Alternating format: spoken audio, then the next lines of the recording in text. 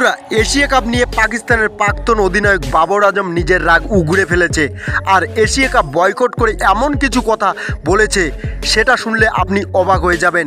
আর আপনি যদি একজন ভারতীয় হন তাহলে আপনারও রক্ত ফুটে উঠবে। আজ এই অহংকারী বাবর কি বলল আর তার নোংরা বক্তব্য আমরা দেখব।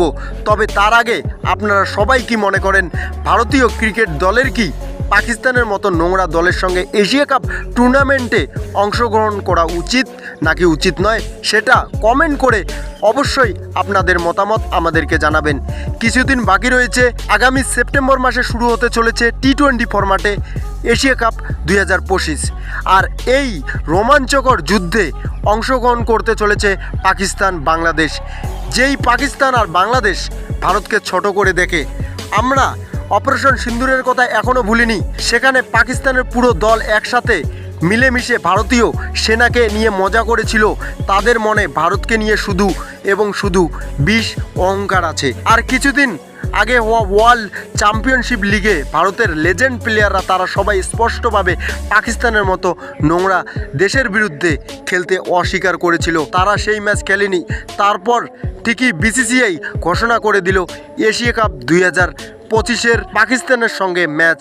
আর এই ঘোষণার পরই ভারতীয় খেলোয়াড়দের রেগে যাওয়াটাই স্বাভাবিক। কিন্তু এখন একটা হুমকিমূলক বক্তব্য সামনে আসছে বাবর আজমের পক্ষ থেকে। দলকে খারাপভাবে হারানোর হুমকি দিয়েছে। হ্যাঁ, আপনাদের জানিয়ে রাখি যে বাবর আজম ভারত বনাম পাকিস্তানের ম্যাচের আগে মুখ খুলেছে, কুৎসিত ভাষা প্রয়োগ করেছে। তিনি তার বক্তব্যে বলেন, দেখুন, প্রথমে আমরা চাই এশিয়া কাপ সম্পূর্ণভাবে বয়কট করতে।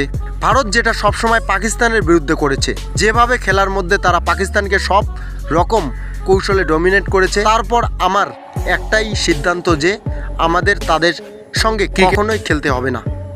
কিন্তু যদি এমন পরিস্থিতি আসে যে আমাদের বোর্ডকে প্রতিনিধিত্ব করতে এশিয়া কাপের মতো বড় টুর্নামেন্টে অংশ নিতে হয়, তাহলে আমি এক কথা নিশ্চিত বলতে পারি যে ভারতীয় ক্রিকেট দল, এই দলের এত ক্ষমতা নেই যে তারা আমাদের সাথে খেলে আমাদেরকে হারাতে পারে এই এশিয়া কাপ টুর্নামেন্টে। তারা আমাদের সাথে যুদ্ধ করে কখনো জিততে পারেনি, আর ক্রিকেট মাঠেও কখনো জিততে পারবে না। আমার পুরো বিশ্বাস এটা নিয়ে। আর আমার মনে হয় এশিয়া কাপে ভারতকে লজ্জাজনকভাবে হারিয়ে তাদের পাঠ শেখানোর জন্য এটাই সঠিক মুহূর্ত হবে। তো এই কথা বলেন প্রাক্তন অধিনায়ক পাকিস্তানের বাবর আজম। বন্ধু, বাবর আজম ফাং খেয়ে এমন কথা বলেছেন।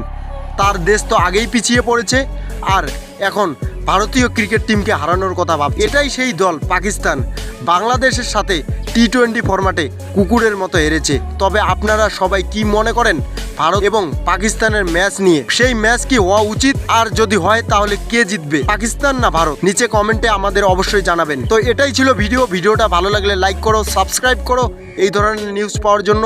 ধন্যবাদ।